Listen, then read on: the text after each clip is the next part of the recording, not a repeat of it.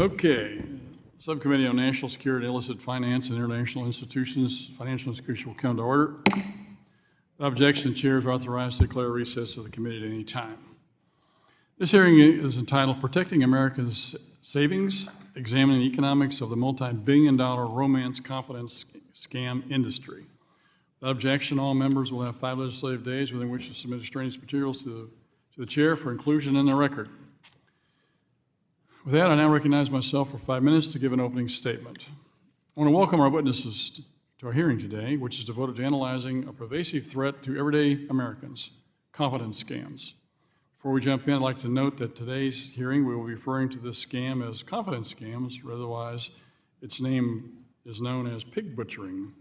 The scammers targeting innocent Americans use this term because the scams resemble the practice of fattening a hog before slaughter. I believe we probably can do better than calling somebody pigs. But anyway, the scams rely on trust. Trust is built over weeks or months. Trust and confidence are paramount for this scam to be successful. I'm sure we all received a message from a confidence scammer. Since the COVID-19 pandemic, the texts have increased dramatically. They can feel random, and they are quickly deleted, but can be as innocent as, Peter, where have you been? Or, hey, John, are you still interested in grabbing a cup of coffee? Many would delete the message right away, but some people reply, correcting the individual, and a conversation begins. For men, the scammer will pretend to be a woman, and for women, the opposite is true. Scammers will spend weeks having innocent conversations, all the while building trust that they are who they say they are.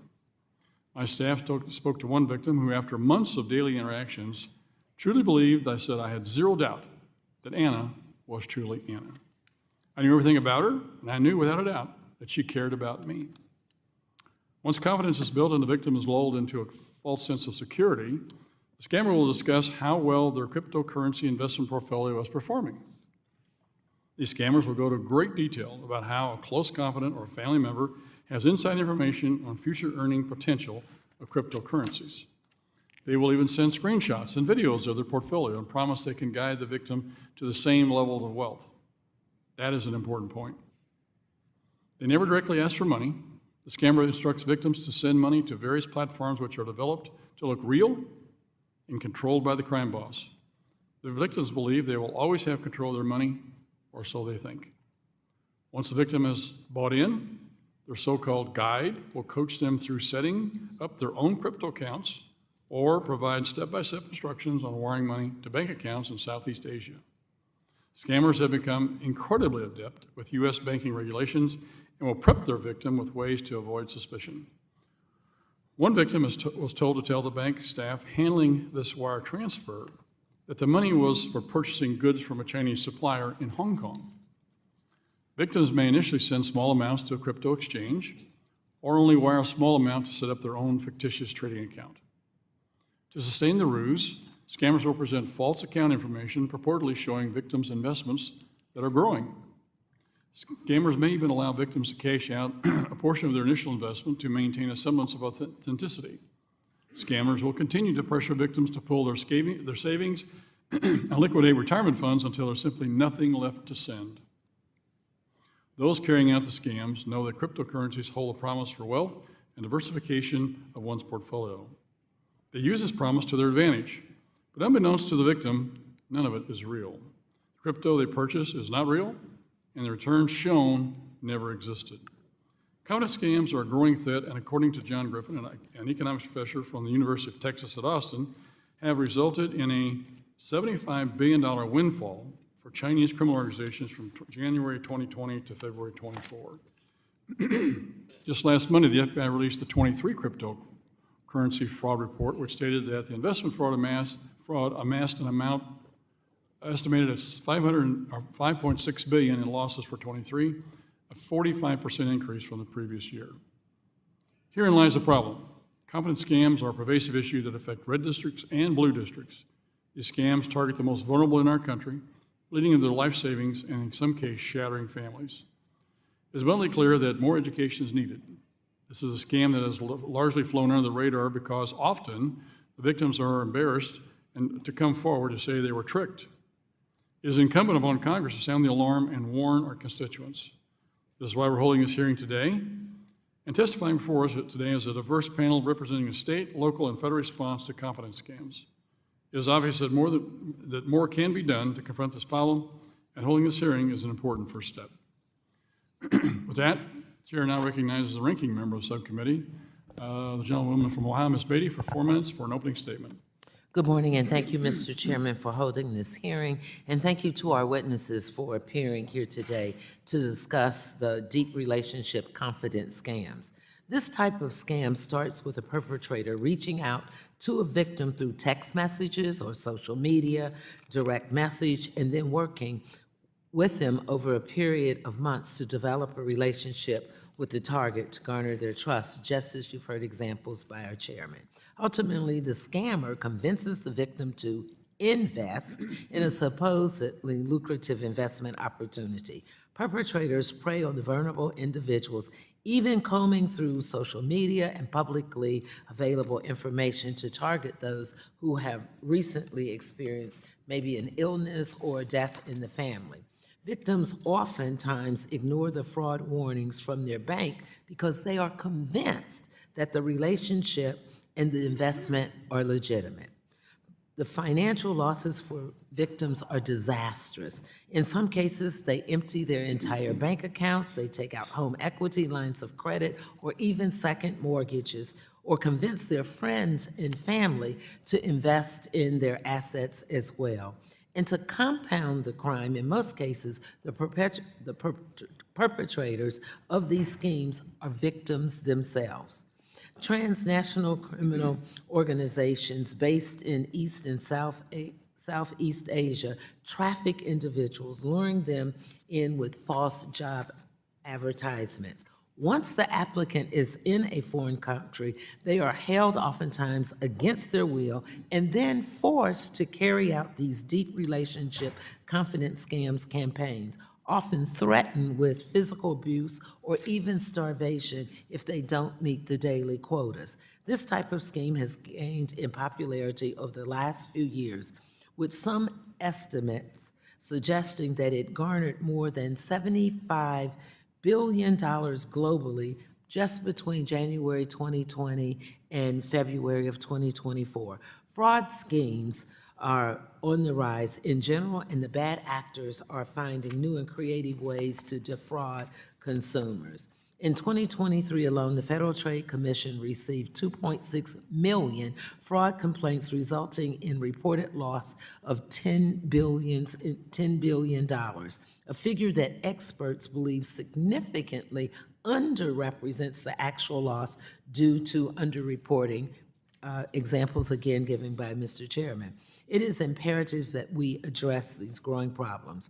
Although I appreciate the bipartisan approach to tackling this matter, we cannot overlook the fact that many of my colleagues across the aisle have been working relentlessly to defund the very agencies that are responsible for combating these financial crimes, and they are also attacking our nation's law enforcement like the FBI. We simply will not be able to crack down on these deep relationship confidence scams and protect our constituents' hard-earned savings if these agencies don't have the resources they need. We've heard about the amount of dollars, the number of people who are being scammed. It's going to take resources for us to be able to bring an end to this. So I hope today's investigatory hearing only underscores the vital significance of our law enforcement and the financial crime agencies. Thank you again to our witnesses, and I look forward to your testimony, and I yield back the balance of my time.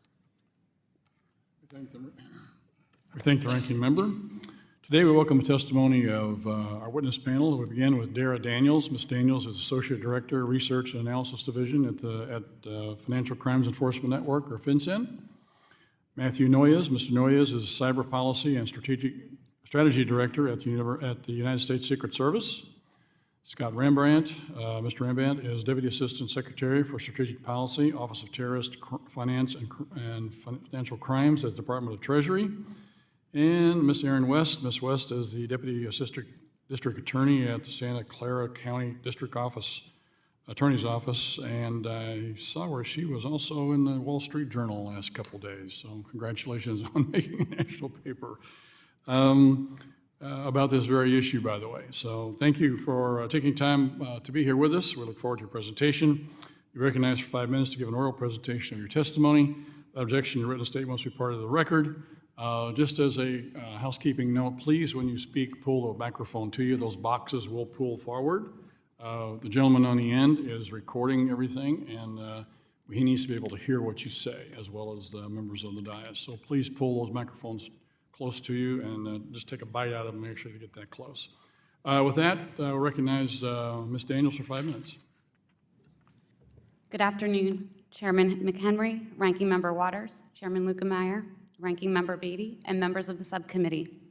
My name is Dara Daniels, and I'm career staff and have been with Treasury since 2016, and specifically at Treasury's Financial Crimes Enforcement Network, FinCEN, since 2018. I'm the Associate Director of FinCEN's Research and Analysis Division. FinCEN's mission is to safeguard the financial system from illicit use and promote national security. This mission is extensive, as most forms of crime and threats to national security have a financial nexus. This requires a careful allocation of FinCEN's resources to focus on work most likely to protect the lives and livelihoods of the American people, a mission that my team of dedicated career employees and I take very seriously. I want to thank you for the opportunity to appear to discuss the important topic of virtual asset investment schemes. FinCEN, along with partners at Treasury and throughout the U.S. government, is very focused on the threats posed by these schemes and other types of fraud. Virtual asset investment scams are one of the ways that criminals are targeting the public and exploiting the financial system for their own personal gain. These criminal activities target the American public and have caused billions of dollars in losses, as well as other devastating and measurable consequences for victims. These schemes are part of a broader trend. Between 2013 and 2023, FinCEN observed an increase in fraud and cybercrime in Bank Secrecy Act, BSA data, each year. FinCEN has long focused on targeting transnational criminal organizations, human traffickers, cyber criminals, and fraudsters, all of whom are involved in the virtual asset investment scam problem set. In September 2023, FinCEN published an alert on the topic of virtual asset investment scams. This alert explained common methodologies associated with these scams, including tactics used by scammers to extract payments from victims.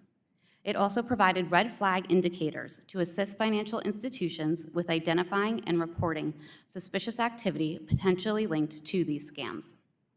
Since FinCEN issued this alert, we have received over 9,000 filings that reference it. We have observed a steady increase in reporting on these schemes each month since the alert's publication.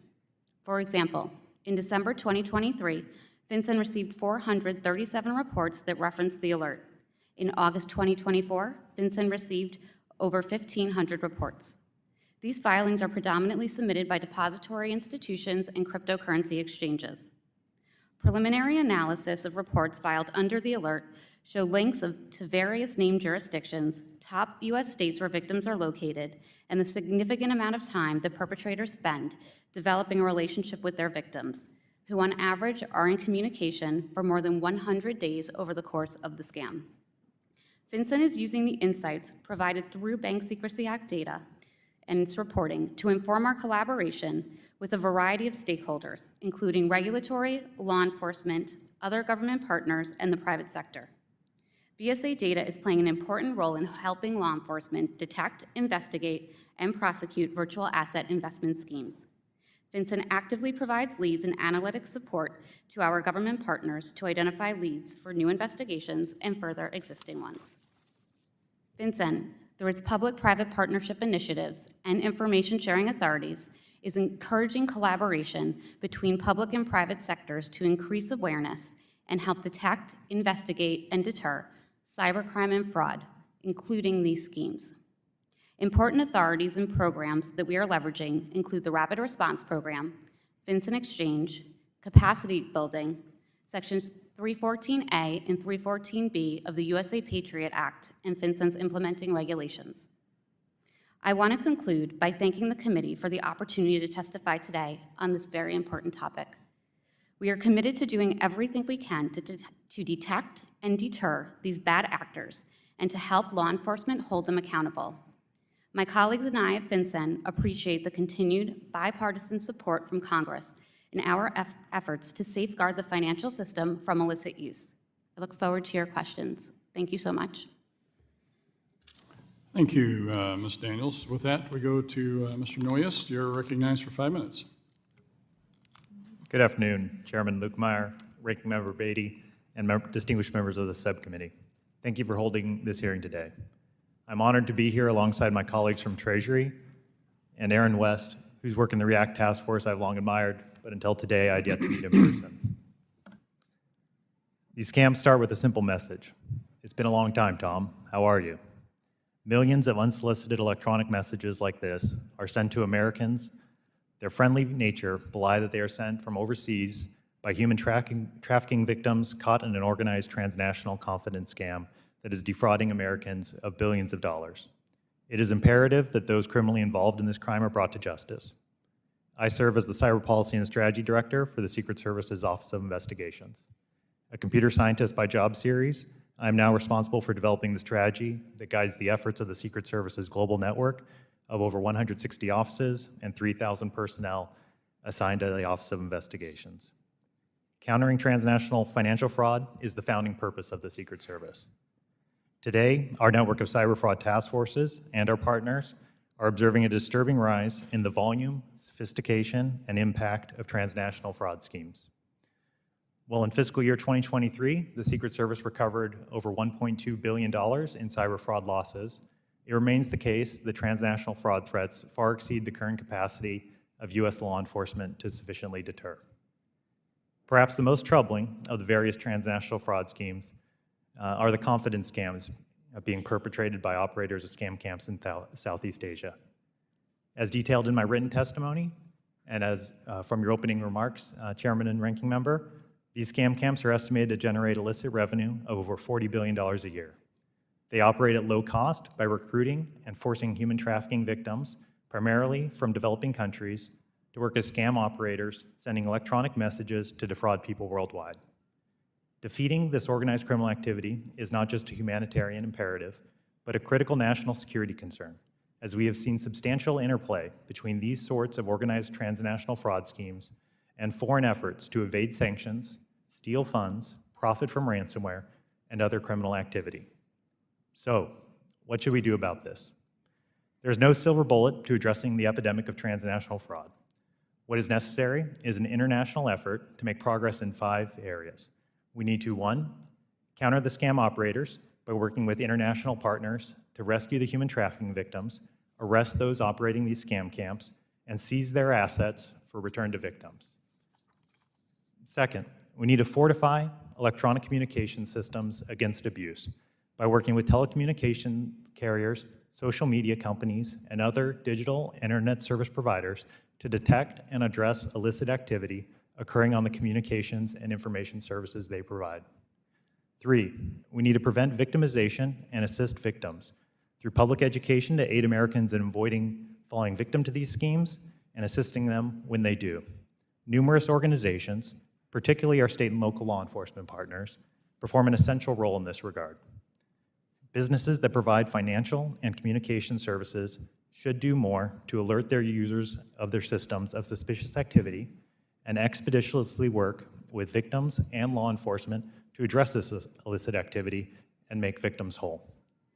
4th, we need to disrupt the illicit financial networks by addressing substantial weaknesses that are enabling fraud and money laundering activities.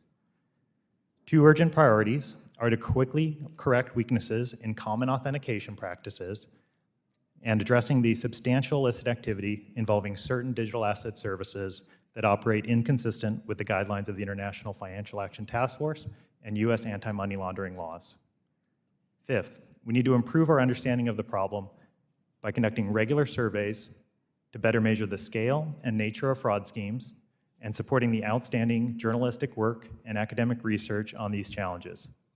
Improving understanding of this problem is essential to motivating an effective international response. Congress has an essential role in furthering all 5 of these areas. For example, this committee has done important work in advancing the Combating Money Laundering and Cybercrime Act.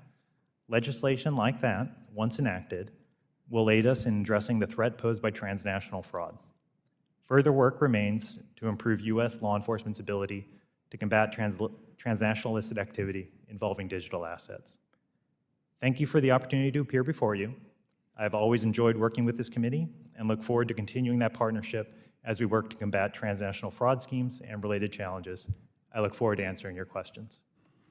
Thank you, Mr. Noyes. Mr. Rembrandt, you're recognized for 5 minutes. Good afternoon, distinguished members of the subcommittee. Thank you very much for the invitation to speak today. My name is Scott Rembrandt, and I'm a Deputy Assistant Secretary in our Office of Terrorist Financing and Financial Crimes of the Treasury Department. My office leads Treasury's anti-money laundering and countering the financing of terrorism, or AML-CFT for short, and sanctions functions. As a career civil servant, I've spent 15 years at the Department of Treasury, proudly working for administrations of both parties on a bipartisan issue, which is combating illicit finance. Virtual asset investment schemes have a devastating impact. They're ripping off our seniors, and they recently led to the implosion of a Kansas bank. Today, I would like to address 3 topics. 1, illicit finance risks associated with virtual asset investment scams and human trafficking. 2, how Treasury employs our resources and tools to address these risks. And 3, how Congress can help. Defrauded investors are not the only victims of many of these schemes, of which are only growing, as both the chair and my fellow panelists noted. Many of these individuals are also victims of human trafficking attracted by criminal networks using fake job advertisements. In addition to using virtual assets, which have already been discussed a bit, as a lure for victims, scammers also use virtual assets and virtual currency exchanges to launder the victims' funds. Scammers, like other illicit actors misusing virtual assets, often use virtual currency exchanges that do not play by the rules and jurisdictions that have inadequate or no rules. While there has been notable progress over the last half-decade, virtual assets and virtual currency exchanges continue to be poorly regulated and poorly supervised for AML-CFT in many countries across the globe, making our financial system less safe. According to a voluntary survey by the Financial Action Task Force, in fact, nearly 75% of countries that were surveyed had moderate or major failings in their AML-CFT regimes devoted to virtual assets. Exchanges in countries without effective AML-CFT frameworks have little incentive to implement sufficient AML-CFT controls and can provide safe haven for businesses that launder illicit proceeds, including the profits from investment scams, stealing from our seniors. The Treasury Department has been hard at work to stop criminals from moving funds generated from these crimes. I wanted to focus on 2 efforts today. First, how we work with foreign partners to level the international playing field for virtual assets and their exchanges. And second, how we use Treasury authorities to cut off criminal actors and their financial facilitators from the international financial system. The U.S. is co-leading critical work at the Financial Action Task Force to close gaps in implementation of the FATF standards, particularly for countries with substantial virtual asset activity. This has involved the FATF publicly identifying countries that have substantial virtual asset activity and also whether they have the right rules in place. The FATF is also working to connect these countries with technical assistance providers. Further, Treasury is committed to taking action to curb access to the international financial system for those that defraud American investors and perpetrate human rights abuses. Last week, Treasury's Office of Foreign Assets Control designated a Cambodian senator and tycoon. His name is Lee Yong Phat. He's one of the richest and most politically connected men in Cambodia. He was designated, his conglomerate was designated, as were some of the resorts that he controls.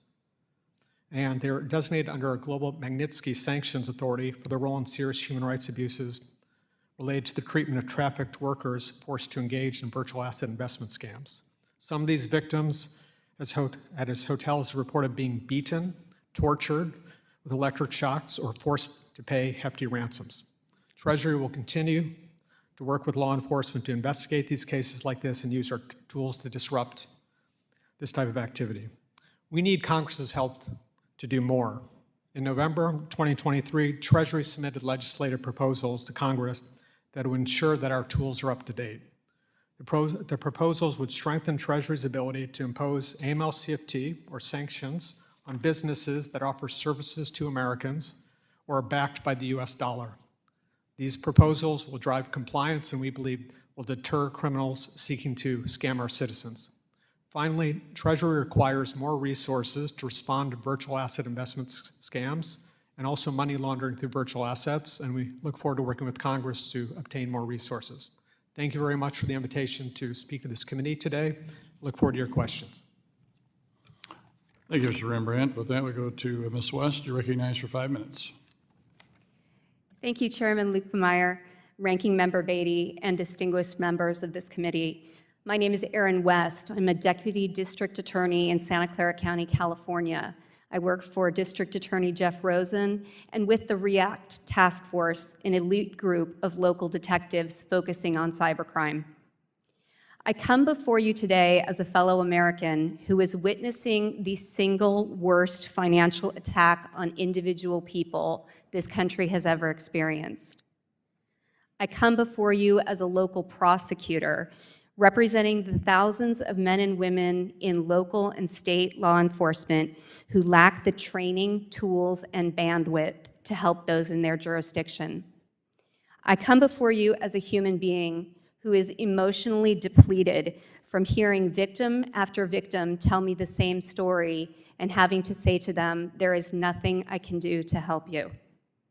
I come before you as a woman who has lost her voice from asking increasingly more loudly for the last 2 years for a national strategy and a whole of government collaboration, including local and state partners. We are at crisis level, and we must act today. In March 2022, my task force saw our first pig butchering case. A 30-year-old software engineer lost his entire net worth of $300,000. Our detectives traced a good chunk of that money to an overseas crypto exchange. We innovated and shoehorned our practice into existing law and were able to recover and return a good amount of those funds. And then we did it 25 more times until the criminals started moving that money faster than we could catch it. Along the way, we realized that crypto was how bad guys were moving money and that our state and local partners needed help protecting their victims. We built the Crypto Coalition, which now numbers nearly 2,000 state and local detectives, analysts, and prosecutors who share best practices and teach others how to do this important work. Today, I represent not only my county, but my state and local partners. And beyond that, I represent a group of volunteers from both public and private sectors, including stakeholders from around the world who are banding together to combat this criminality. In April of this year, I launched Operation Shamrock, which is already the world's largest coalition explicitly aimed at undermining the global pig butchering epidemic. Under psychological influence from scammers, victims are liquidating 401ks, draining children's college accounts, and taking lines of credit against their homes. Billions and billions of dollars are moving from American households directly into the hands of the criminals, Chinese organized crime syndicates. We cannot ignore the national security threat that this unprecedented offshore wealth transfer incurs. We are at crisis level, and we must act today. The enemy operates primarily from Southeast Asia, but with a global footprint now extending to the Middle East and Africa. These compounds are staffed in large part by human trafficked victims who have been led to believe they have been hired for a plush live-work office job. Instead, they are locked into facilities guarded by men with AK-47s and forced to scam. These syndicates hold unprecedented power over the region.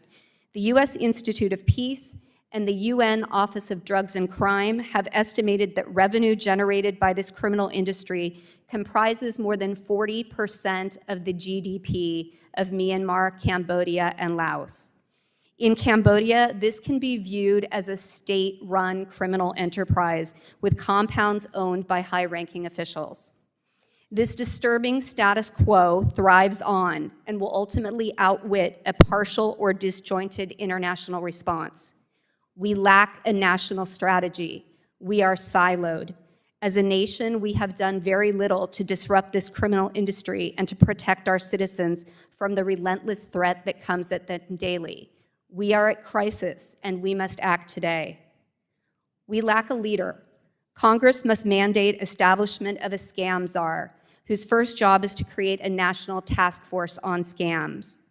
The mandate, a national strategy that identifies bad actors, many of whom we already know, holds them accountable criminally, and uses sanctions to undermine their ability to participate in the American financial system. Our response to this national crisis is long overdue. We must act today. Thank you. Thank you, Ms. West. All of you did a great job with your testimony. You stayed right at the 5-minute mark. We appreciate that. The ranking member of the full committee has arrived, and we defer to her for a statement, an opening statement of 1 minute. Ms. Waters, you're recognized. Go ahead. Thank you, Chairman Lukemeyer and Ranking Member Beatty. Many people have been defrauded of their life savings by transnational criminal organizations that emotionally ensnare their victims in phony relationships and ultimately lure them into sham cryptocurrency investments known as confidence scams. These multi-billion-dollar crimes also rely on victims of trafficking who have been kidnapped solely to perpetrate the crime. We need more resources at our federal enforcement agencies to better protect Americans and to stop these crime syndicates. And so this is appalling that extreme MAGA Republicans are attacking our nation's law enforcement officers and working to implement the Project 2025 budget cuts, including by shutting down the government later this month, which will defund the police and other agencies responsible for pursuing these criminals. FBI, FinCEN, and other law enforcement bodies need the funding necessary to combat these deep relationship confidence schemes and other fraud. I yield back. Gentlemen, ladies, time's expired. Well, that would go to the question portion of our hearing today, and I'll recognize myself for 5 minutes. Thank all of you for your testimony. It's been very compelling. We've got a situation here which is a sort of an unknown type of new threat to our citizens, their property, their life savings, and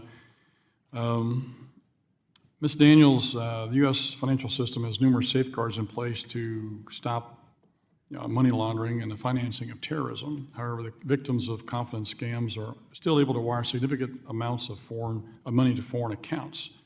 Oftentimes, the scammer prepares the victim to circumnavigate safeguards like suspicious activity reporting.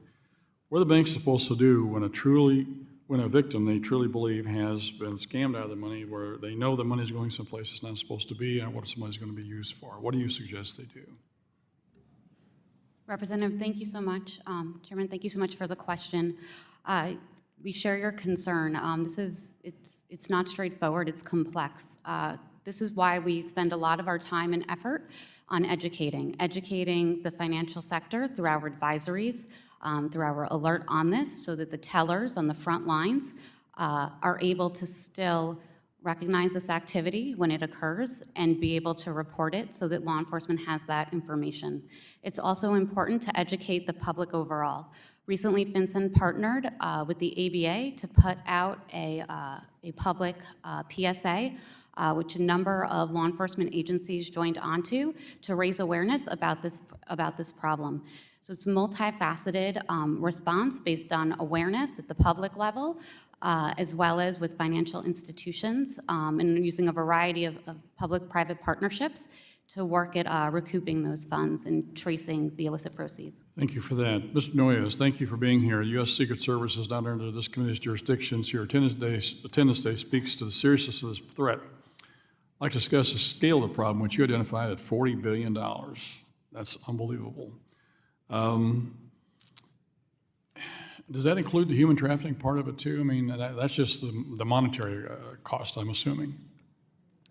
Correct, Chairman. That's just the estimates of the revenue, and that's actually the U.S. Institutes of Peace estimate in terms Okay, of whenever you seize assets, how do you go about that? Do you get collaboration and cooperation from other countries, or is that just the assets that are here in this country? Walk us through how that takes place, because you said you seized over $1 billion, I think you said. Yeah, that's fraud loss prevented, Chairman, which includes voluntary return of funds by financial institutions. So it's important to note, well, digital assets are a key role in these fraud schemes. Not all the transfers are occurring in digital assets. So it is encompassing wire transfers and traditional bank transfers. And so we're able to execute a number of seizures working with those financial institutions in the US to recover those funds. Additionally, when it comes to digital asset service providers, to include ones that claim to be outside the US, they often voluntarily assist us in freezing funds and then returning them voluntarily based upon a seizure order we obtain in the United States, working with our prosecutors and courts. Speaking of prosecutors, Ms. West, I'd like to follow up with you for a second here. You talked about a national task force, a national plan to be able to coordinate with a lot of different agencies. You've seen all the agencies working here in front of you today. Are they working pretty well together, number one? What I'd love to see is, I'd love to see everybody sit at the same table and divide and conquer. When we are in this unprecedented time where we are being actively targeted by foreign organized crime syndicates, we have no choice but to sit down and divide and conquer. Each agency has their own skills and their own tools in their arsenal that they could use. In a conversation I was in yesterday at a training, I heard information about the FBI handling a piece of it that involves the investigatory piece where the Secret Service could handle the seizing of assets. I think that there are plenty of opportunities to do just that. There are so many ways to attack this. We can start taking down websites. We can disrupt it by looking at their infrastructure. What we need to do is divide and conquer, and we need to collaborate better than we are. Real quickly, Mr. Rembrandt, in working with some of the different entities, especially I'm sure the Googles of the world, the Microsofts of the world with regards to information going back and forth, these queries being made by these folks from overseas, are these companies working with you pretty well to stop this stuff, or are they just kind of blowing you off and saying, no, you don't, that's private information you shouldn't be in the middle of? Thank you, Congressman, for your question. I think that question is probably best addressed to law enforcement, since Treasury Department's primary interlocutors will be with financial institutions. So to the extent that these firms have payment platforms or regulated financial institutions, we, FinCEN and others, engage with them to get their feedback on what efforts they're taking. Thank you. We'll get back to that later then. My time has expired. Then we go to the gentlelady from Ohio, Ms. Beatty, is recognized for 5 minutes. Thank you, Mr. Chairman. To all, to all the witnesses. I understand that 90%, if not more, of these scams involve the bad actors requesting that the victims obtain and send funds in the form of cryptocurrency and through cryptocurrency wallets and exchanges. Why cryptocurrency, and why do you think that's the case? We can just go down the line quickly. You want to start with Dara?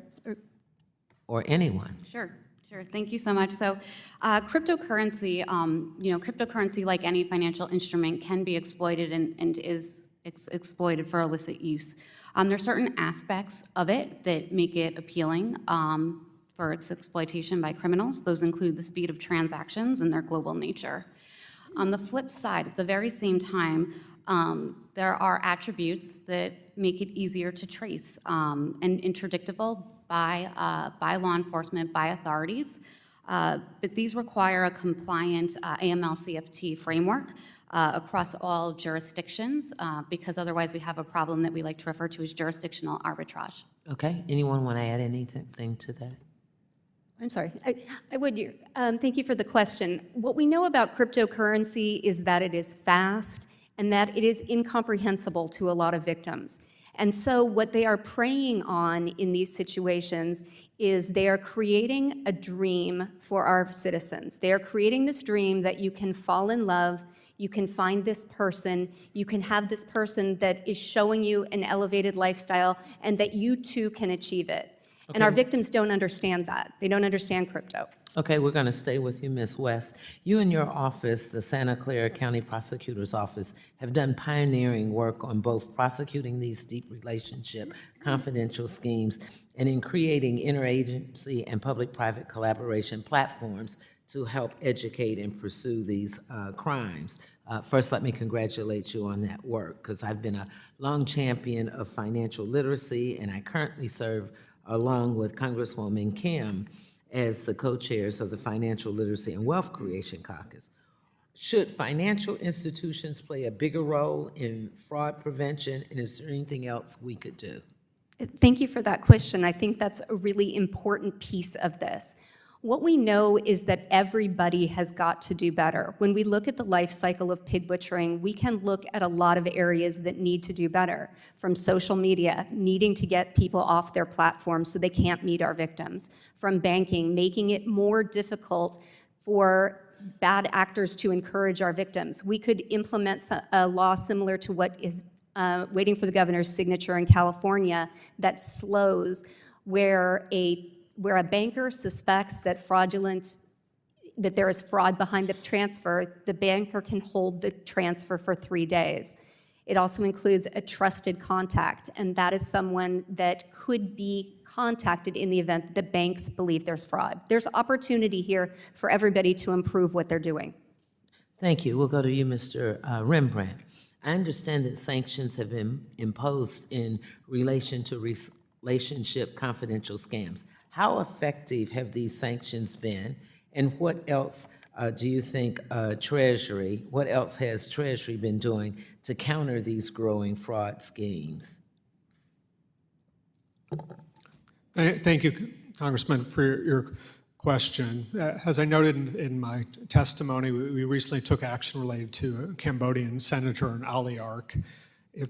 And I was meant to send a signal to him, his business enterprises, and his country that real action needs to be taken to stop these scams that are ripping off U.S. persons.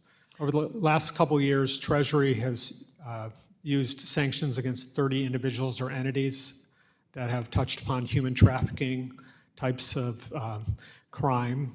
And we believe that they have had a big impact in signaling specific jurisdictions to individuals, and most importantly, their banks, that they can no longer continue profiting off of these crimes. As it relates to the most recent designation, it's too soon to tell, since it was just last week, but I've talked to Cambodian authorities to make clear they need to take action to investigate, prosecute, and Let me ask you this, because my time is getting ready to run out.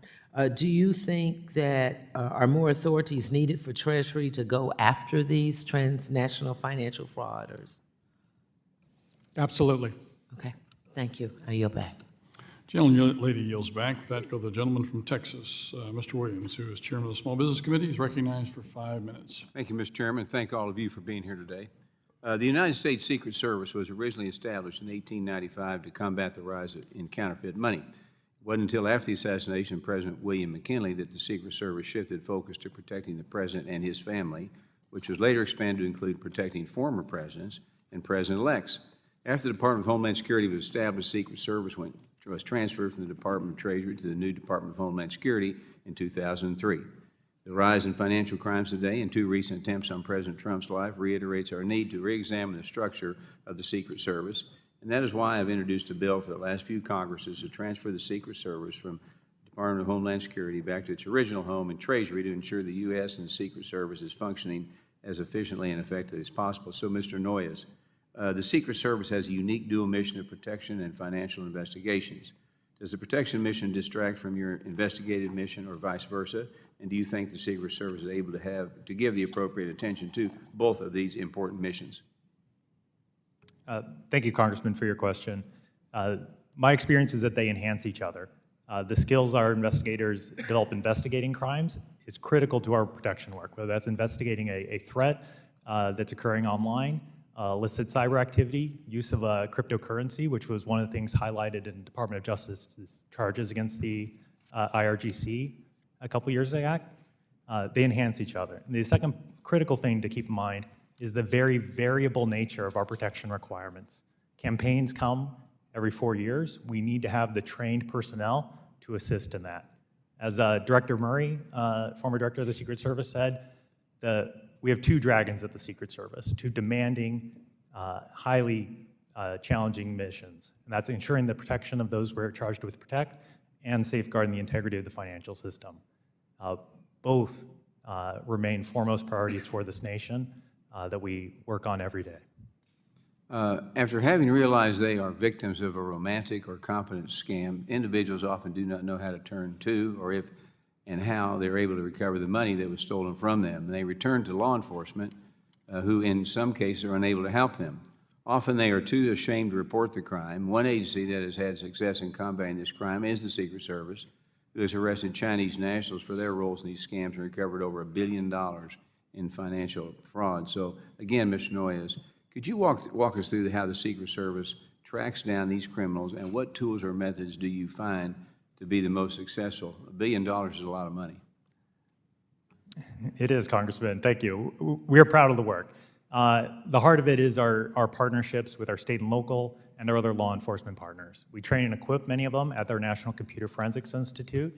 That equips them with the skills they need to work directly with the victims of these crimes and then turn to us to assist in the asset recovery and extending their reach to pursue those actors outside of the United States, which may be beyond their capacity as local law enforcement to do. I also want to note the critical role of our partners at Treasury, because particularly it's challenging in this context where the fraud victim is unaware, but if we are alerted to a fraudulent transaction within a few days of it occurring, we nearly at 100% rate recover those funds. And so that speed of reporting is essential, and why it's so critical that victims of these crimes work with their financial institutions, work with the law enforcement in their communities to report that quickly, because that gives us the best shot at recovering their funds. Okay, in the time I have left, there's multiple victims involved in these scams, and those that are being stolen from, but also those who are forced to carry out the scamming.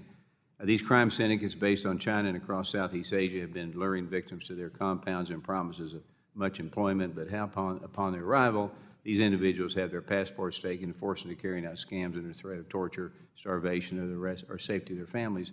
And many of these operations are located across Southeast Asia where law enforcement is lacking, armed conflict runs rampant, and there's no authority. So sadly, the Chinese government has done very little to disrupt and combat these organizations so quickly, and lets them allow to grow in size and influence and continues to attack innocent Americans. So, Mr. Rembrandt, could you elaborate more on the human trafficking side of these scams, and what the role does China play in allowing or enabling the trafficking to occur, and how's the U.S. government working to disrupt these scam camps? I got a small amount of time, so you hit those. Thank you. Thank you, Congressman. By some estimates, there's 200,000 at least human trafficking victims working in scam centers in Southeast Asia.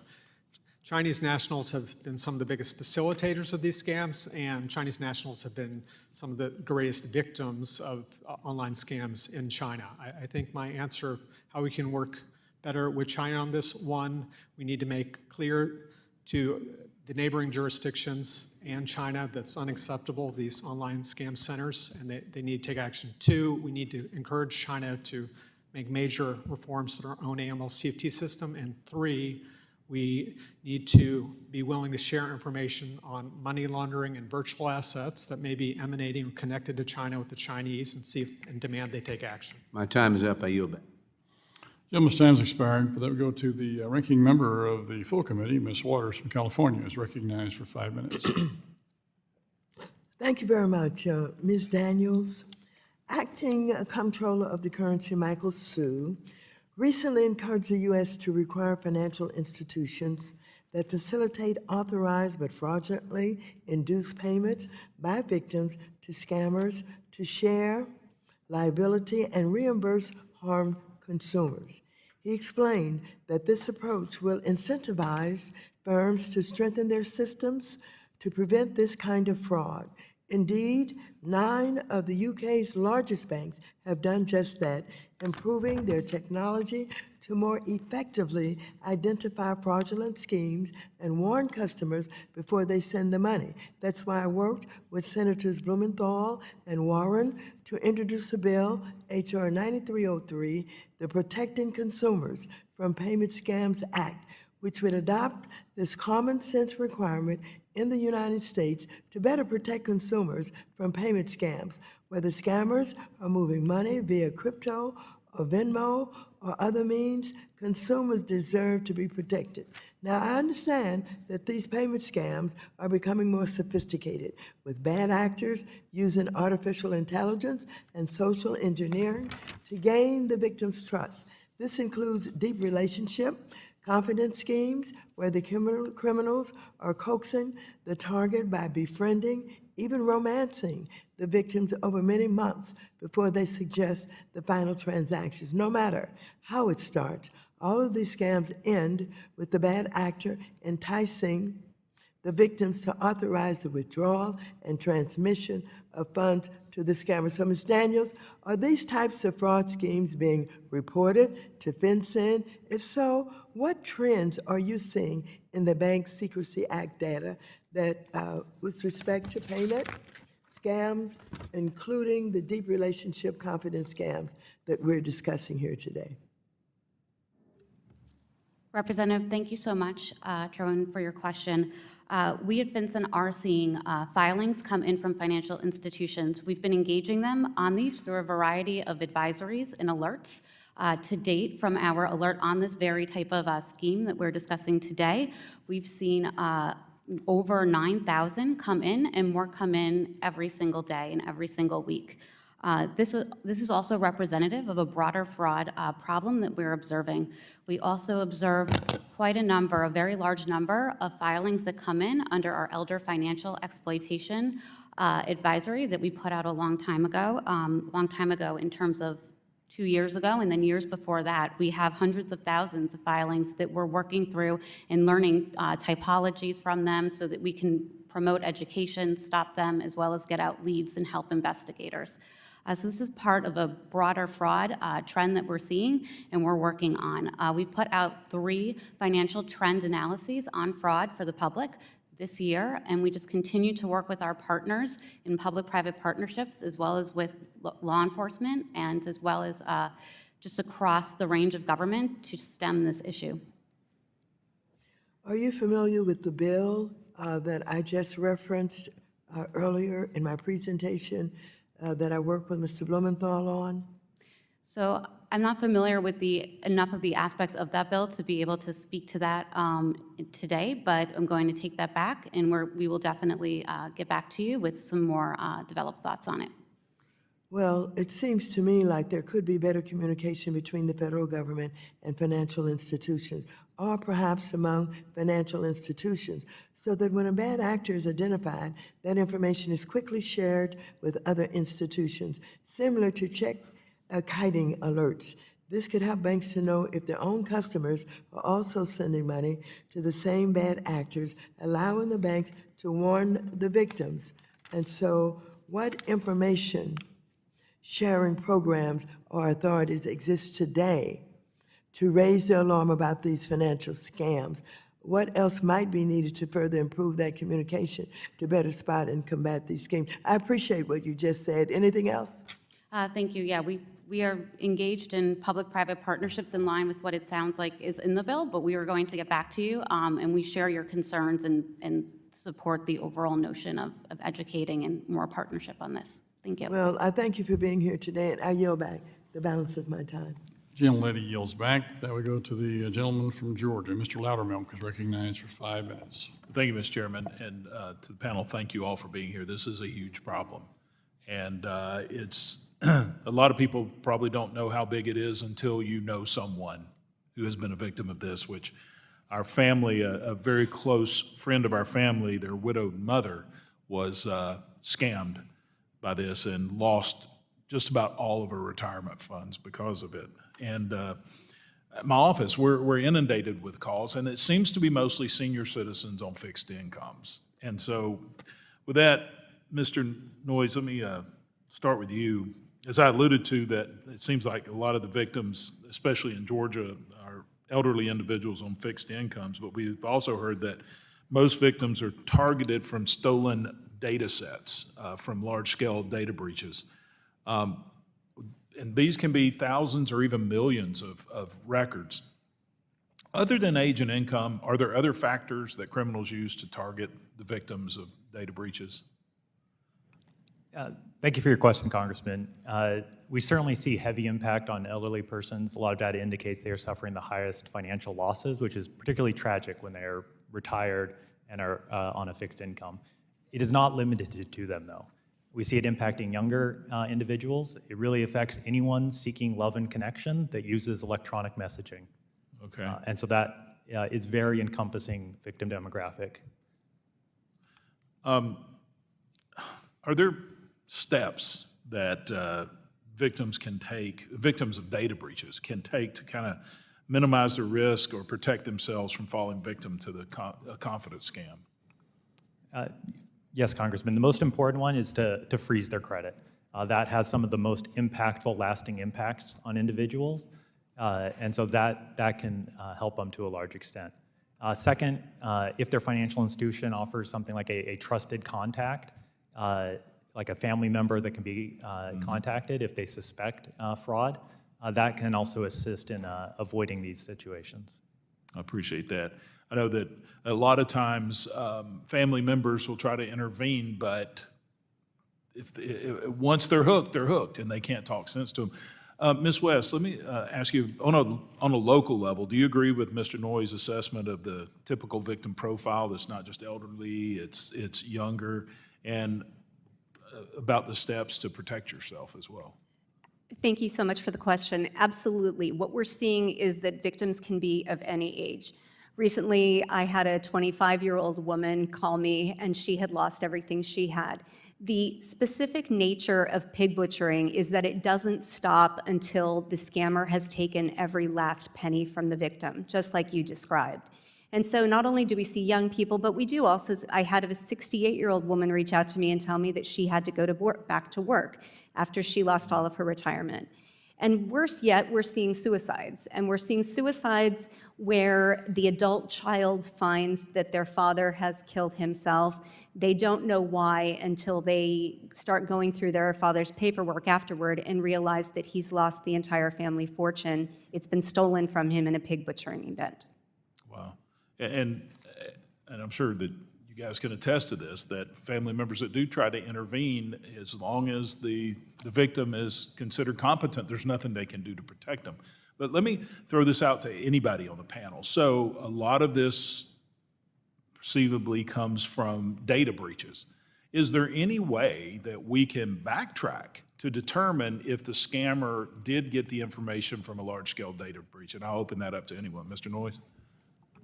Yes, Congressman, in some cases we can, but the tragic reality is so much data about Americans is available to criminals, particularly older individuals, essentially anyone that had a credit report prior to 1998. That data is available to criminals. And so that is a large swath of America, and we have to change our paradigm around identity and authentication to not rely on static pieces of information, because those are known to the criminal underground and available for exactly these sorts of schemes. Anyone else? I would just say that if anybody in this room has received one of those phishing texts just saying, hey, can we play golf this weekend, we know how ubiquitous this is. Right. And we know that even if they come from data breaches, they're still coming at us every which way from Sunday. And so we really need to be educating that we can no longer trust any inbound digital communication we did not request. So to close this out, if it sounds too good to be true, it probably is too good to be true, right? I yield back. Gentleman's time's expired. With that, we go to the gentleman from North Carolina. Mr. Nickel is recognized for 5 minutes. Thanks so much. Thanks to our witnesses for being here today. I'm glad that our committee is examining deep relationship confidence schemes. These crimes target our constituents and cause financial devastation for working families. We've got to do everything we can to protect the innocent people falling prey to these scams. Ms. West, first question to you. What kind of awareness building efforts might help potential victims from being exposed to or falling for these deep relationship confidence schemes? We need to be shouting this from the rooftops. We need to be talking this to the person in the seat next to us on an airplane. We need to be telling people that we're standing next to at the soccer pitch. What is happening is we have been declared war upon by foreign adversaries, and they have weaponized the financial system against us. So we've got to spread this any way we can. I've done a unique thing with Operation Shamrock, and last week I trained 200 volunteers on, here is a slide deck. Go present this at your local library, your local community center. We know that education isn't the only thing that's going to fix this, but there is no reason why we can't start using the number of people who are really dramatically concerned about this and put them to work telling their local constituents about this. Thanks so much. I think Mr. Loudermilk certainly said it well. If it sounds too good to be true, it probably is. That's a great place to start with this, but we need to ensure that we're accurately measuring the problem. There are several reporting work streams managed by the federal government, state governments, and our consumer advocate partners. Establishing a central repository to report and share information would certainly be a powerful tool to help us analyze the data, share best practices, and focus our efforts as a team. The governments of Australia and the UK reported declines in fraud last year, likely as a result of centralized scam reporting. Mr. Rembrandt, to you, how do you think a centralized tracking tool could help us cut down on these types of scams? Thank you, Congressman. And I believe you represent Wake County and Cary, is that right? Yep. So my parents moved to Cary 30 years ago, and I was down there this weekend for my mom's birthday. And they reminded me that one parent started working at age 13, the other started working at 15. And I frankly find few things more repellent than ripping off our seniors. And there's more that we can do to combat scams like this. There are data sets throughout the US government as relates to fraud against Americans, which is our greatest predicate crime, generates the most illicit proceeds. They underpin a series of reports by our office and others.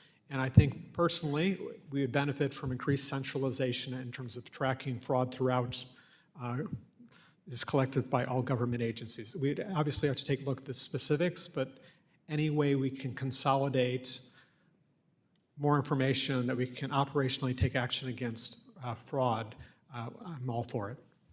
Thanks so much. And please give your parents my best. Tell them, they need anything, my office is here to help. Mr. Noyes, to you, we're on track to be one of the least productive Congresses in our nation's history. We're less than 2 weeks away from a federal government shutdown. If we don't pass a continuing resolution, I've often asked for what the toll is for the folks who work for the federal government when we continue to have these CRs over and over and over, the cost to the taxpayer, the lack of efficiency and productivity, because we continue to inflict the lack of productivity and the chaos and confusion here in the House on the taxpayers. As we look at the important work that you do with the Secret Service, how important is it for TFI to have ongoing operations, as we continue to look at yet another CR coming, hopefully within days? Thank you. You rightly note a lapse in appropriations is certainly highly disruptive. The Secret Service, most people continue to work without pay in the event of a lapse of appropriations, so it's not as impactful in that regard as it is to other agencies where people are prohibited from working. A continuing resolution also slows our operations. It hinders our hiring and bringing on board new personnel that has a long ripple effect in terms of their career pipeline and bringing on new talent. It stalls our procurements. It stalls equipping our state and local partners with the tools and resources they need to do this work.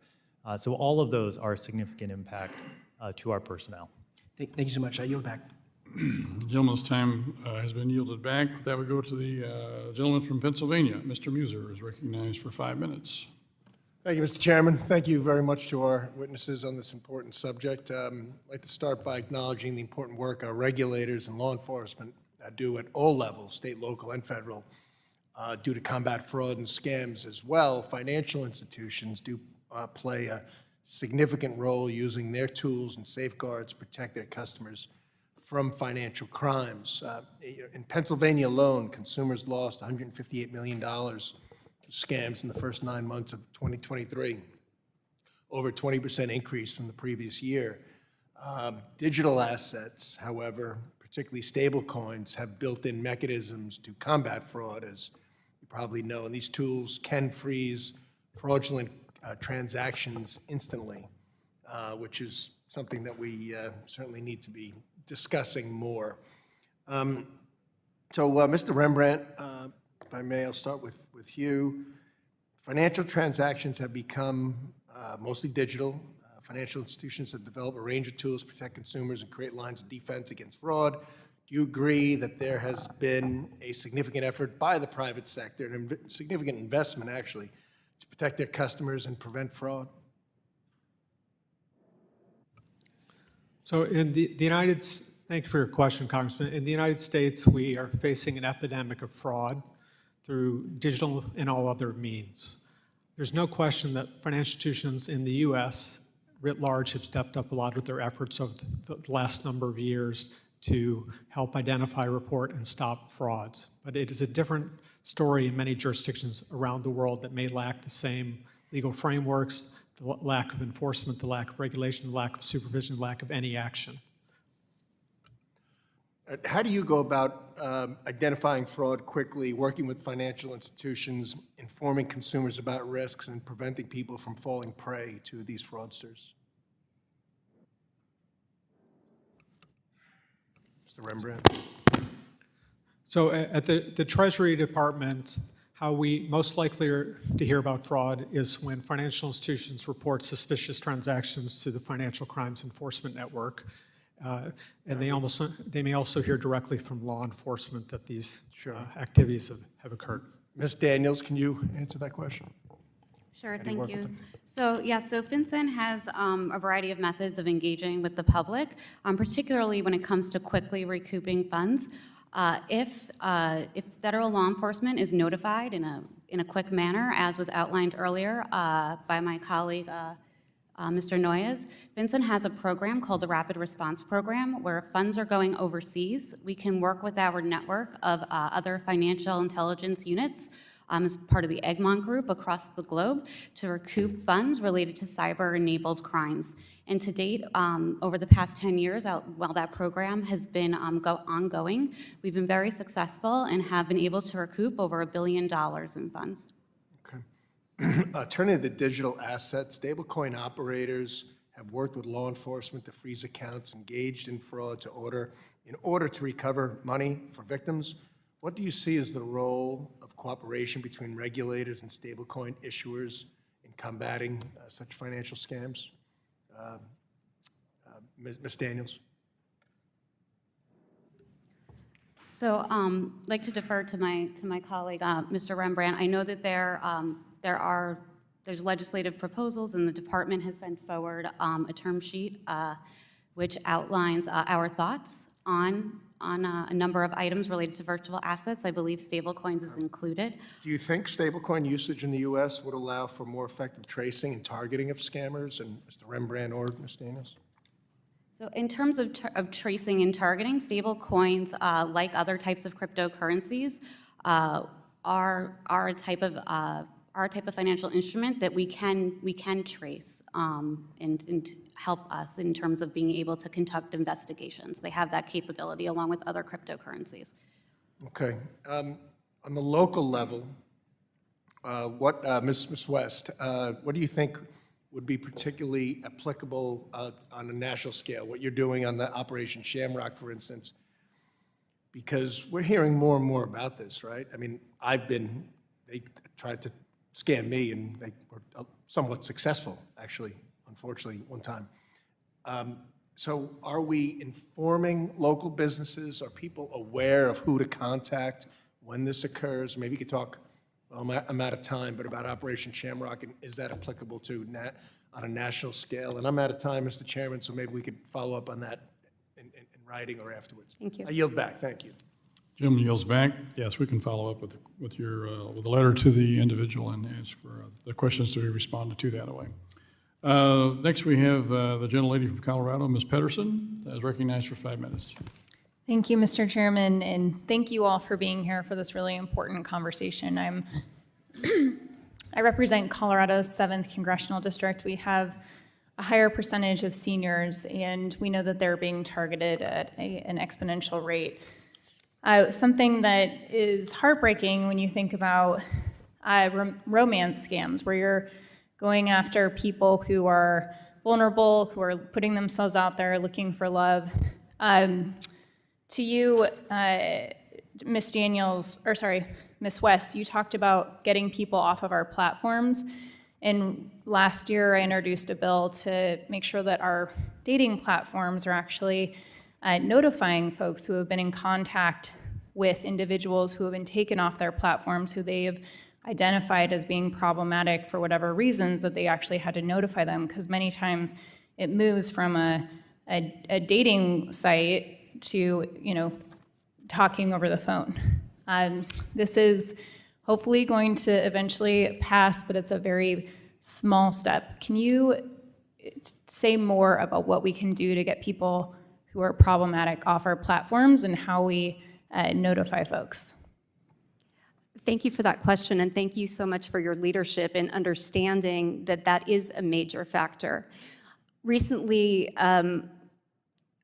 specifically with the dating app, I think it's super important to be notifying other people who've come into contact with that scammer. Also, too, we should be doing that with social media.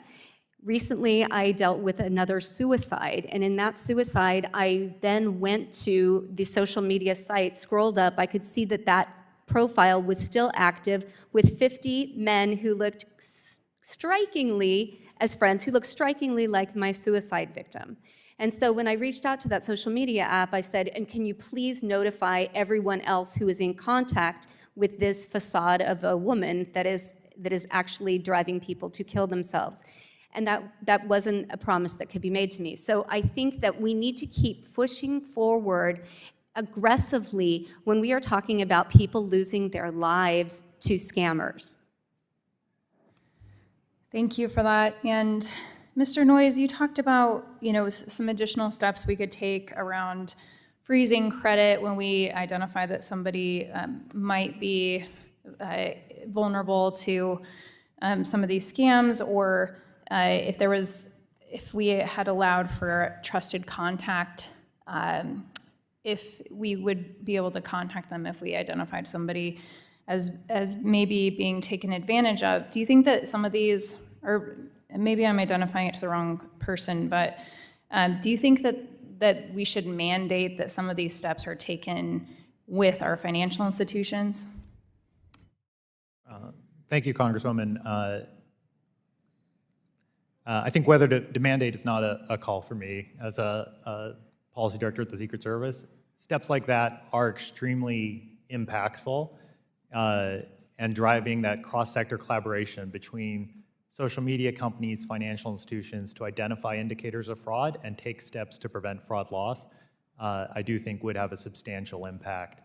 And so looking at what further steps can be taken to drive that collaboration, or where they feel that there's an inhibitor to that collaboration. We do hear from financial institution employees that they feel they cannot stop a transaction even though they reasonably believe there's fraud involved. And so addressing those sorts of views to make sure they understand that, yes, if you reasonably suspect fraud is occurring, you can delay that transaction, I think would be an impactful step. Great. And then, Mr. Rembrandt, I think that actually I was going to ask you those specific follow-ups as well. And if you could talk about what the impacts are when you actually go through, you talked about what happened in Cambodia. What are the impacts of these sanctions to both the victims, but also stopping some of the crime networks?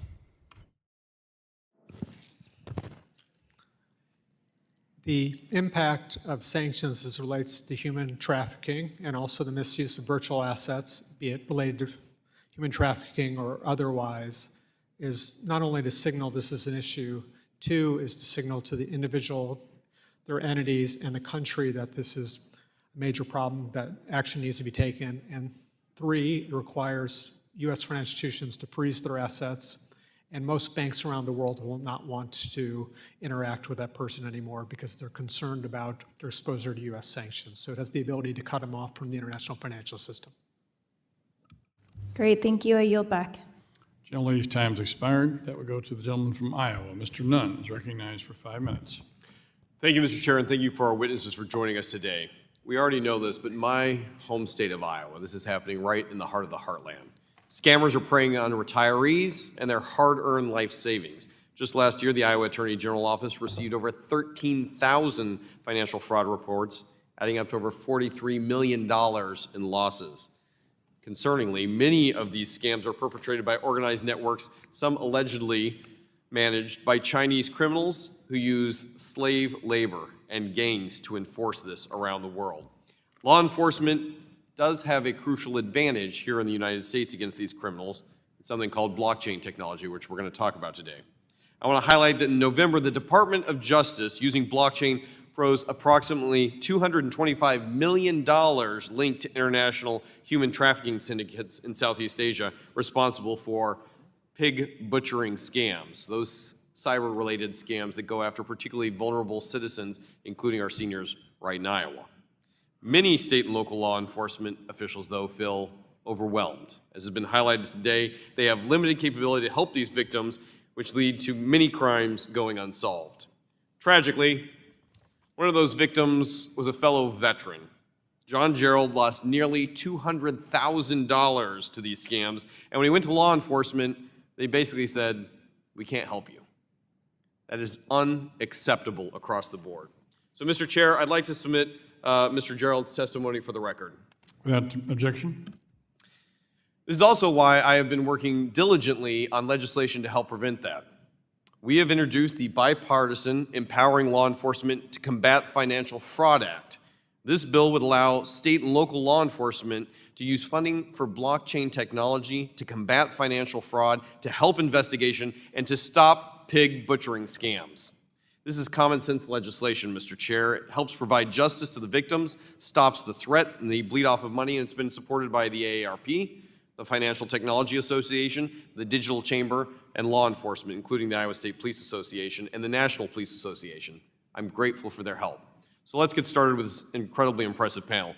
Ms. West, alarmingly, older adults are bearing the brunt of these scams, suffering significantly higher financial losses. In 2021 alone, the median loss for individuals over the age of 70, nearly $10,000, money they can ill afford to lose. These losses can be significant in their ability to take care of themselves, particularly on fixed incomes. Your work as a district attorney is on the front lines of fighting these scams, and thank you for being in charge on this. What additional tools are needed to fight these increasingly sophisticated techniques perpetrated on our senior citizens? We need a national leader, we need a team to support that leader, and we need a plan. And the plan has to start with, we are going to do better about collecting data. We are going to provide victims with one location to report instead of the 17 locations that they report today. I had the benefit of being in a major newspaper yesterday, which is excellent. But what happened is today now my email box is flooded. And like you, I received an email from Brian who said that he reported to the Maryland State Police, and the chief of police told him that they can't investigate this because there are too many of these cases. We need to ratchet up the volume on what is happening on the ground level.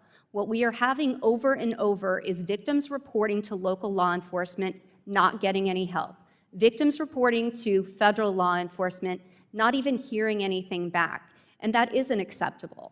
There's a much better way to do this, and it's a divide and conquer method where we immediately triage, as my colleagues are telling you. Some things are recoverable if we get on them right that second.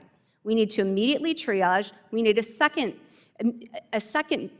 bucket where we are building out these cases in the way we can. We need a better collection system that is collecting the WhatsApp handle, the Facebook profile, so that we can overlay them and give the pieces of work out once we figure it out.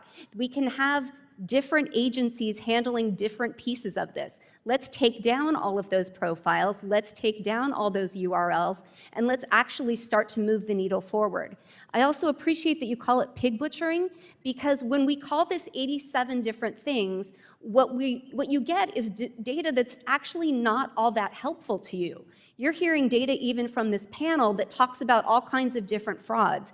Pig butchering is killing this country. Ms. West, I appreciate that you have a dedicated plan. We intend to fight fire with this. I hope this legislation moves in the right direction. Thank you for the panel being here. Let's go get them. With that, I yield my time, Mr. Chair. Gentleman's time has expired. With that, we go to the gentleman from Illinois. Mr. Foster is recognized for 5 minutes.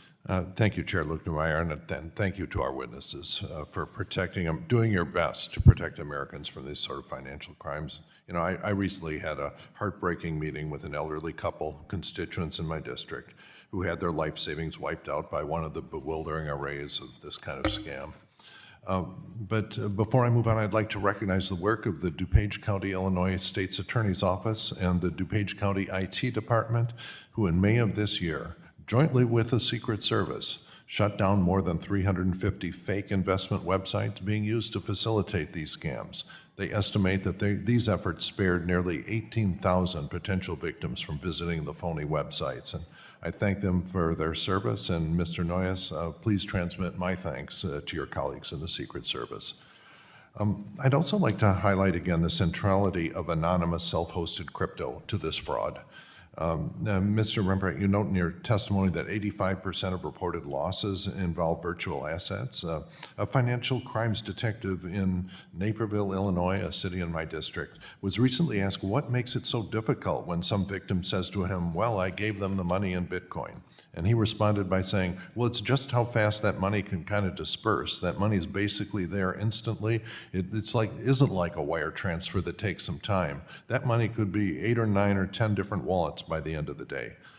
You know, for the last couple of years, Naperville, Illinois has been the #1 safest city in the United States. And it's disheartening to see that even they are outgunned and unable to protect our residents from these crypto-enabled scams.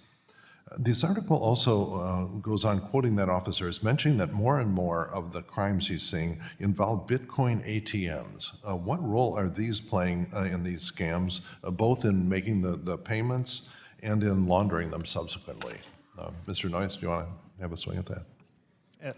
Yes, thank you, Congressman, and I will pass your thanks on to our office. They do great work there with their partners in your state.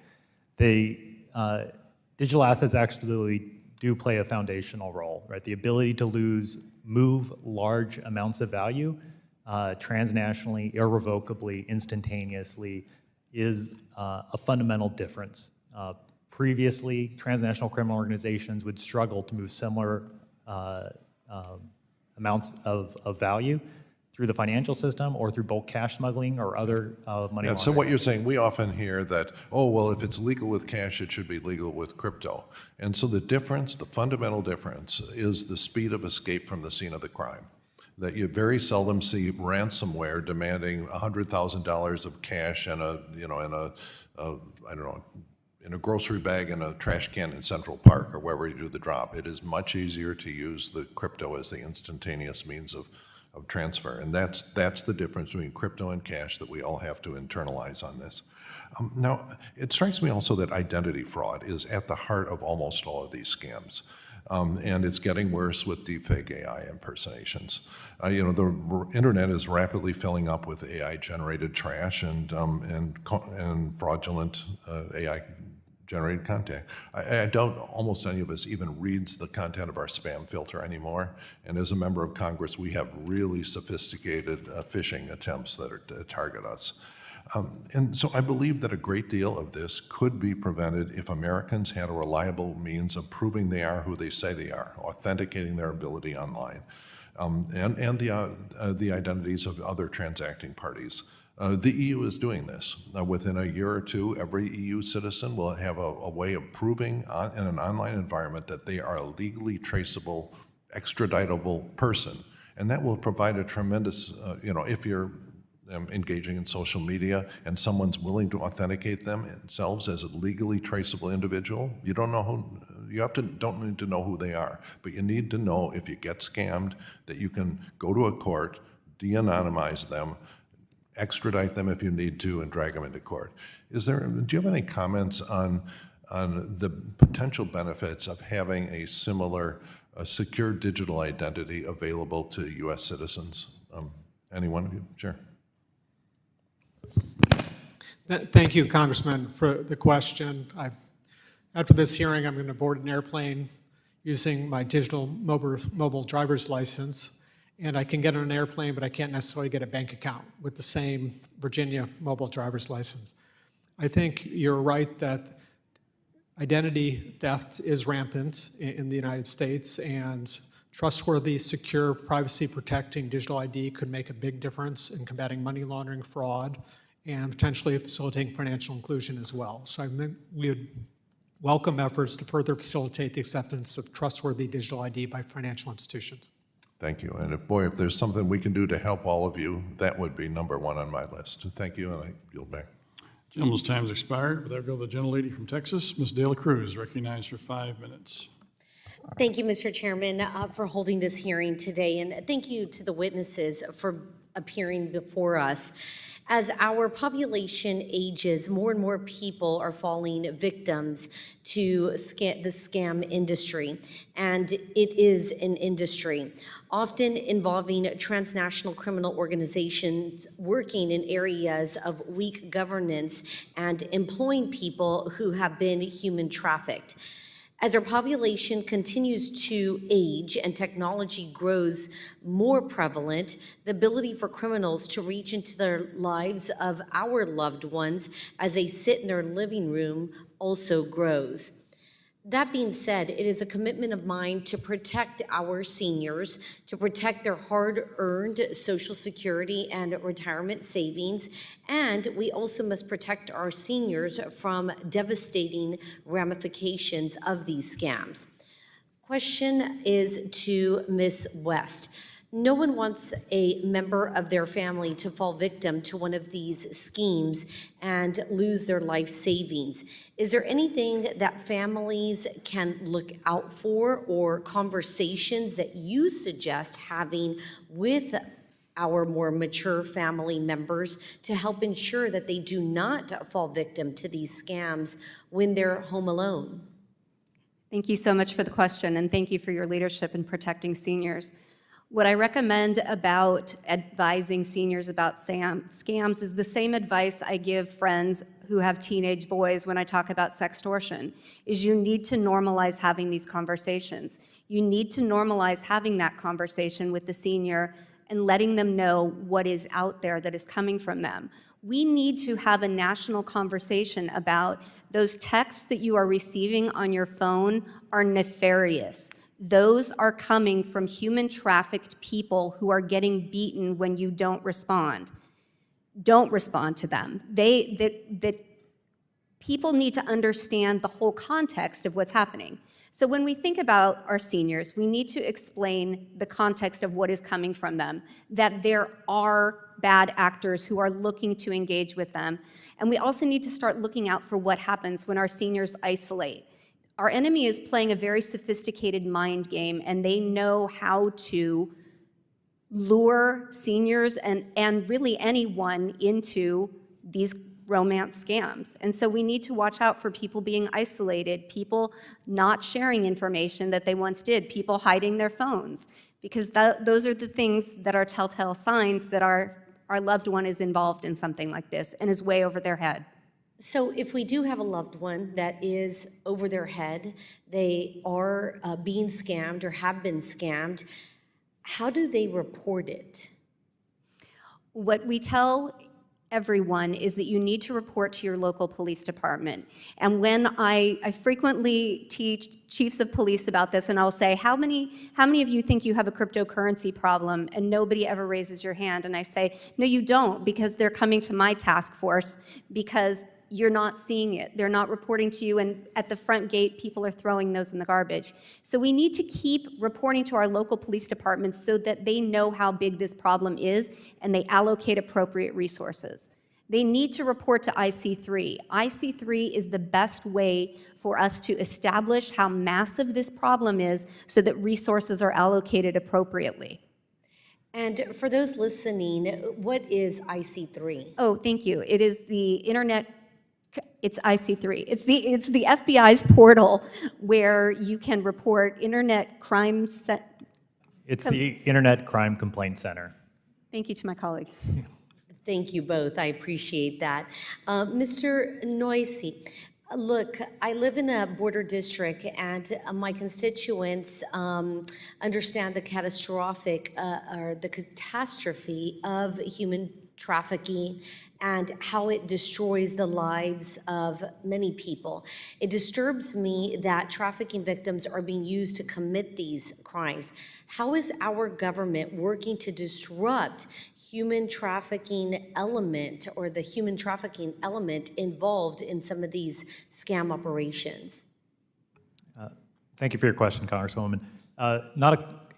Countering human trafficking is not a core investigative responsibility of the Secret Service, but we counter the underlying financial nexus, the money laundering networks, the fraud that is fueling that, and the economic incentive to traffic in these individuals. We work closely with our partners at Homeland Security Investigations that actually rescue human trafficking victims, repatriate them, and help them in that regard. And I would highlight the State Department just published their Trafficking in Persons report this summer. It has detailed recommendations by every country, to include the United States, of steps that need to be taken to address particularly this type of human trafficking in terms of digital services, online fraud, that I highly recommend taking a look at and taking action on. Thank you. I yield back. Gentlelady's time's expired. With that, go the gentleman from California, the distinguished gentleman from California, Mr. Vargas, recognized for 5 minutes.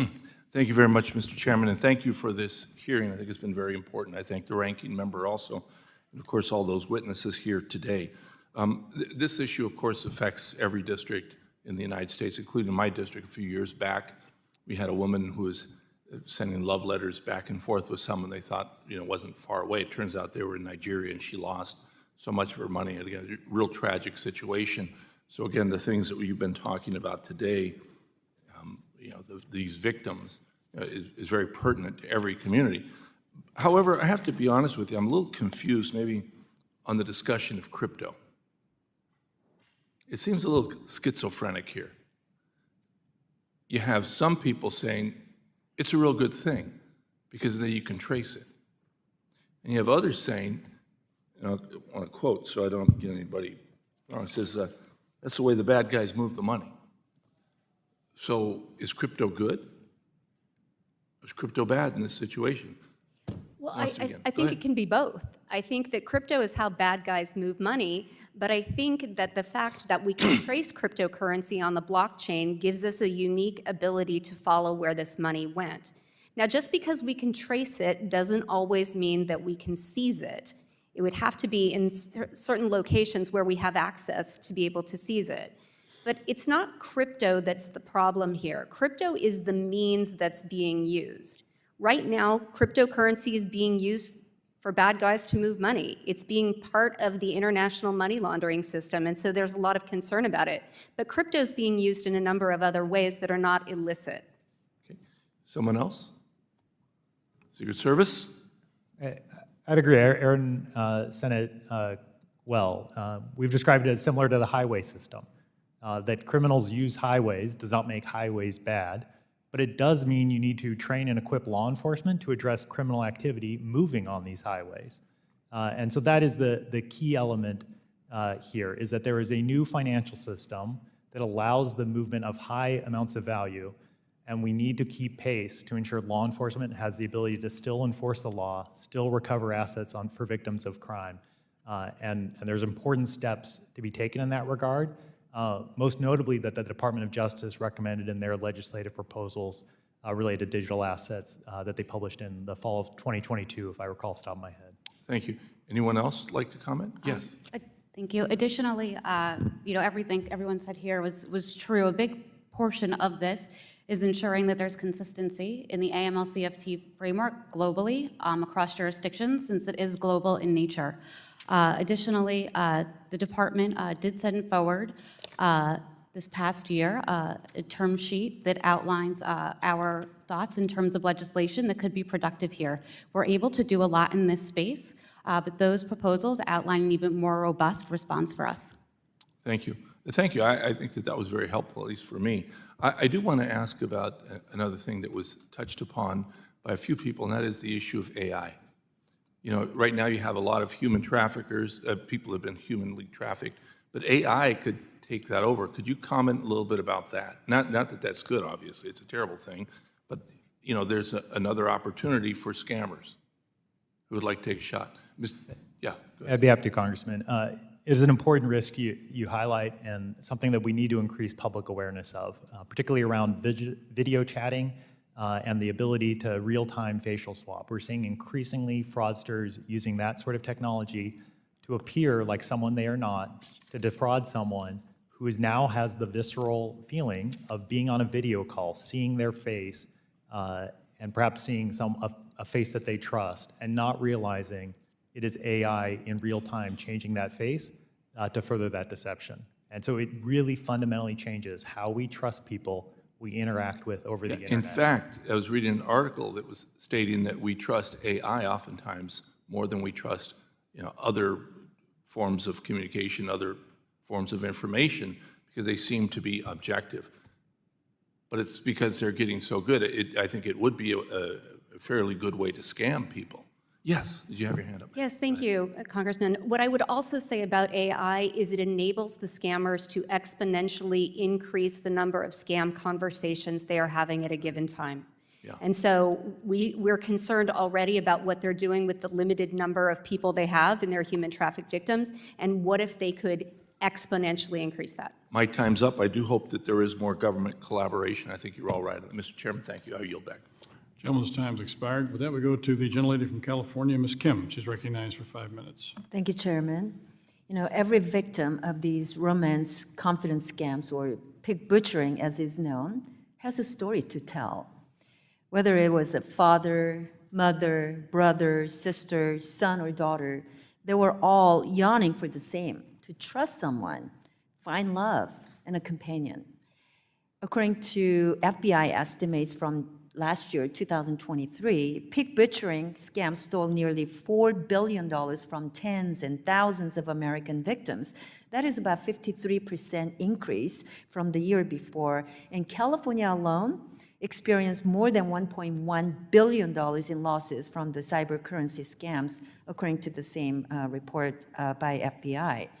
And these types of scams are in the business of trafficking the trust, hopes, and dreams of people for financial gain, and in turn, devastate individuals and families. Simply put, these scams are one of the purest forms of evil.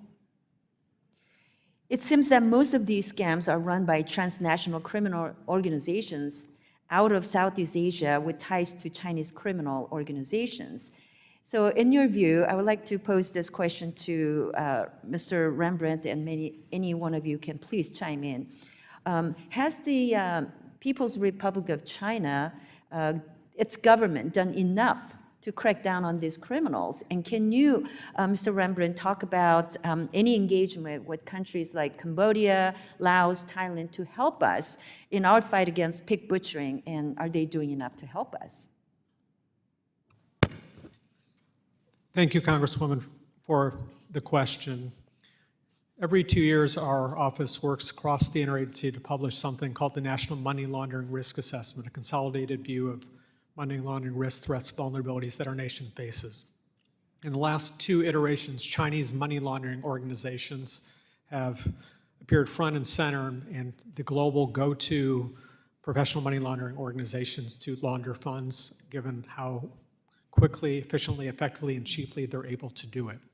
As it relates to human trafficking and online scam centers and the hundreds of thousands of people that are trafficked and then forced to work at these places, Chinese transnational organized crime has played and continues to play a role in these scams. In terms of specific jurisdictions, China has cracked down over the last couple of years dramatically on online scams, since their citizens were one of the largest victims of online scams. They've worked with Myanmar, it would appear, law enforcement to repatriate tens of thousands of Chinese nationals that were forced to work at these scams. And I think the lessons are, one, from China has probably put a lot of pressure on these jurisdictions to make sure this stops ripping off their nationals, and I think we could learn something from that. As it relates to the other jurisdictions on Cambodia, I spoke to my counterparts on Monday following OFAC's designation and demanding they take action as it relates to investigations, prosecutions, and asset forfeiture related to this.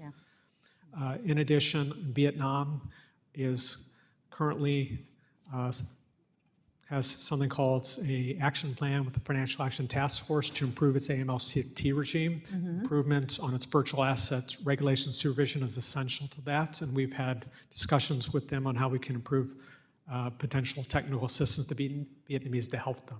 So I think it's very country-specific. Myanmar is probably the most challenging given some of their governance, law enforcement, and other challenges right now in the jurisdiction, but they're also subject to the Financial Action Task Force. Thank you. I'm glad that you also mentioned the Financial Action Task Force and the work that you are doing to cooperate in that regard. But I want to ask a question to Ms. West. I want to thank you for your work to crack down on pig butchering and your efforts to recover funds from the stolen funds from the victims. So can you elaborate on why it's easier to recover money when it's transferred to crypto exchanges than using other types of assets like cash? And does it make tracking down funds easier when they use digital assets? And if you can elaborate. Right, thank you for your question. What I will say is when you look at those statistics that you pointed out, I, like you, am a Californian, and when I look at those statistics and see that our state is getting hit over twice as hard as the next nearest state, we have good reason to be concerned. Further, I'm very familiar with some of the activity going on in your particular county, and it's a massive problem in Orange County, and so I'm glad you're taking an interest today. I think what we need to think about is that this is an extraordinary international problem that requires international cooperation. And I think that the United States should be a leader in trying to drive that cooperation and not sitting back and waiting for someone else to do it. We've got a massive catastrophe happening in Southeast Asia, and we need to take some leadership, and we need to start figuring out a better way to be applying pressure and getting and building community that'll work together on this. Thank you. I yield back. Gentleman's time has expired. We got to next we go to the gentleman from Wisconsin. Mr. Fitzgerald is recognized for 5 minutes. Thank you, Chairman. Thank you for allowing me to wave on this afternoon. The U.S. Secret Service investigates a variety of cyber-related criminal activity, including the illicit use of digital assets through its global network of 44 cyber fraud task forces. Significant aspects of this illicit activity involve unlicensed money, transmitting businesses, the illicit structuring of transactions, and other criminal activity against organizations that are not federally insured financial institutions, but are financial institutions as defined under the Bank Secrecy Act. To address the problem, I was pleased to work with my colleagues on FS to advance Combating Money Laundering in Cybercrime Act out of both Financial Services and Judiciary, of which I'm also a member. The bill would harmonize criminal and banking statutes and clarify the Secret Service's investigative authority over crimes related to illicit digital asset transactions. Mr. Noyes, could you briefly touch on the important role of the Secret Service in fighting illicit transactions? Thank you, Congressman, and thank you for your leadership in the work of this committee earlier this year, advancing that bill on a unanimous bipartisan basis. The Secret Service's founding purpose is to investigate transnational fraud. At the time we were founded, that was counterfeit currency. As the financial system has evolved, our investigative responsibilities have largely kept pace with that. We face a challenge now where our investigative responsibility is focused on federally insured financial institutions, as you know, but we are seeing substantial illicit activity occurring outside of those in other financial institutions as defined under the Bank Secrecy Act. And so keeping us at pace to be able to investigate that activity and then also implementing the legislative proposals from the Department of Justice around our ability to recover digital assets is foundational to us being able to address this problem and keep Americans safe from crime. Very good, thank you. I was also pleased to co-lead the Empowering Law Enforcement to Combat Financial Fraud Act, which was recently introduced. Mr. Nunn from Iowa and I introduced that. This bill would allow several law enforcement grant program the funding to be used towards blockchain tracing technology and also to fight just in general financial crimes. Criminals, as you know, are increasingly using digital assets and other blockchain-based technology to scam Americans. Usually, again, unfortunately, elderly, and it's a significant amount of money oftentimes. So many of these crimes do not reach the threshold for federal intervention, and state and local have limited resources in this area. So, but to Ms. West, can you discuss how blockchain can be an effective tool for law enforcement to curb illicit activity, even when privacy coins and other tactics such as mixers are being used? Absolutely. What we're finding is that increasingly the crime that is being brought to state and locals involves some piece of cryptocurrency in it. And what we know is that frequently local law enforcement is not prepared to meet that challenge. They don't have the tools, training, or bandwidth to do that. That's why we created the Crypto Coalition. The Crypto Coalition is a group of more than 2,000 local and state, and actually a good significant chunk of Secret Service who constantly jumps in to help. And in that listserv, we are able to share best practices and be able to teach each other how we can use the blockchain as an investigative tool. The bill that you are behind is a fantastic opportunity because it recognizes the fact that that's how bad guys move money. We all need to understand that we have a terrific tool at our disposal, the blockchain, that shows us where that money goes. And that using commercially available tools, we are able to trace through mixers. We are able to trace through a lot of the obfuscation that bad guys put in our way. And so we want to make that tool available to law enforcement. If that's how bad guys are moving money, we need to know how to trace it and how to get it back into the hands of our victims. So your bill is invaluable. Thank you. Thank you all for being here. I yield back, Chairman.